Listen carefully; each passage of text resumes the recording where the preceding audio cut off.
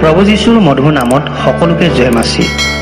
আজি অধ্যয়নৰ বিষয় হৈছে আপুনি এতিয়া কিহৰ বাবে চিন্তিত আৰু ব্যস্ত হৈ আছে। Now for what you are worried and upset. আহক আমি এই বিষয়টি অধ্যয়নৰ বাবে বাইবেলৰ লুক 10 অধ্যায় 38 পদৰ পৰা 42 পদ পাঠ কৰোঁ হওঁ। পাছে তেওঁলোক যাওঁতে যাওঁতে তেওঁ এখন গাঁৱত সোমাল। তাতে মাৰ্থা নামেৰে এজনী তিৰোতাই তেওঁক নিজৰ ঘৰত আলহীকৈ ৰাখিলে আৰু মৰিয়ম নামেৰে তেওঁ ভনীয়েকে তেওঁৰ চৰণৰ ওচৰত বহি তেওঁৰ বাক্য শুনি থাকিল।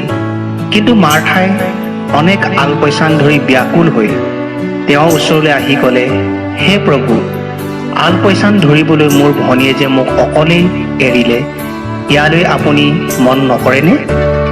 এতেকে মোক সহায় কৰিবলৈ তাইক আজ্ঞা দিয়ক। তাতে প্ৰভুৱে উত্তৰ দি তেওঁক ক'লে, মাৰ্থা মাৰ্থা, তুমি অনেক বিষয়ত চিন্তিত আৰু ব্যস্ত হৈ আছা, কিন্তু প্ৰয়োজনীয় এটা আহে। কিয়নো মৰিয়মে সেই উত্তম ভাগ মনোনীত কৰিলে, তাক তেওঁৰ পৰা নিয়া নহ'ব।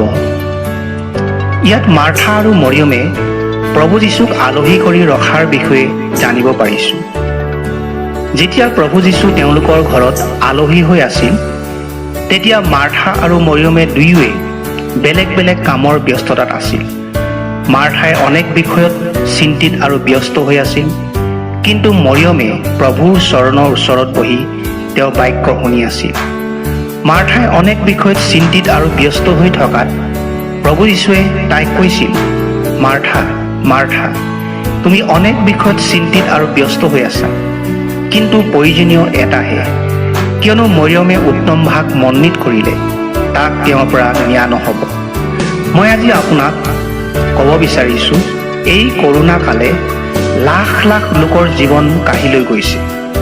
মৃত শৰীৰক দাহ কৰিবলৈ শ্মশান আৰু কবৰস্থানৰ অভাৱ ঘটিছে। মৃত শৰীৰ য'তে ত'তে পুতি ৰখা হৈছে। চাৰিওফালৰ পৰা অকল মৃত্যু খবৰ।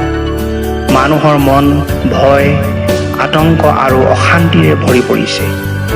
এনে অৱস্থাত আপুনি কিহক লৈ চিন্তিত আৰু ব্যস্ত?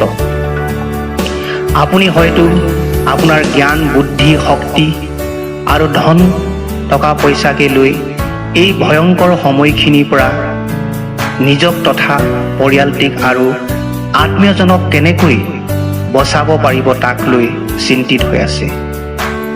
ব্যস্ততাৰ বাবে মাৰ্থাই প্ৰভুৰ ওচৰত বহি শুনিবলৈ সময় নাছিল। তেওঁ তেওঁলোকৰ ঘৰত আলহী হোৱা প্ৰভু যীশুতেই পৃথিৱী আৰু তাৰ পৰিপূৰ্ণতা যে হয়, তাক মাৰ্থাই পাহৰি গৈছিল।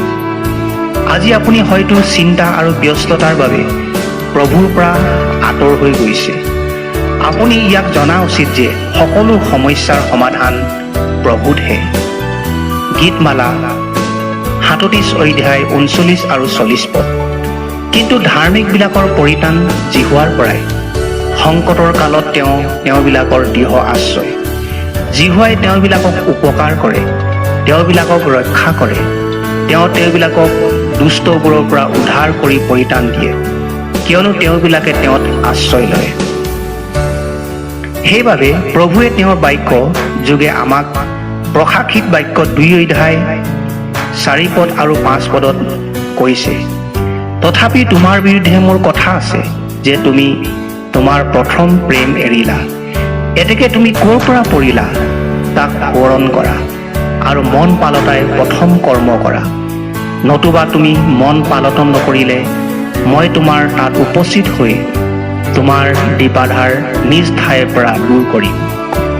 পৃথিৱীত চিন্তা আৰু ব্যস্ততাই আমাক প্ৰভুৰ পৰা আঁতৰ কৰিছে।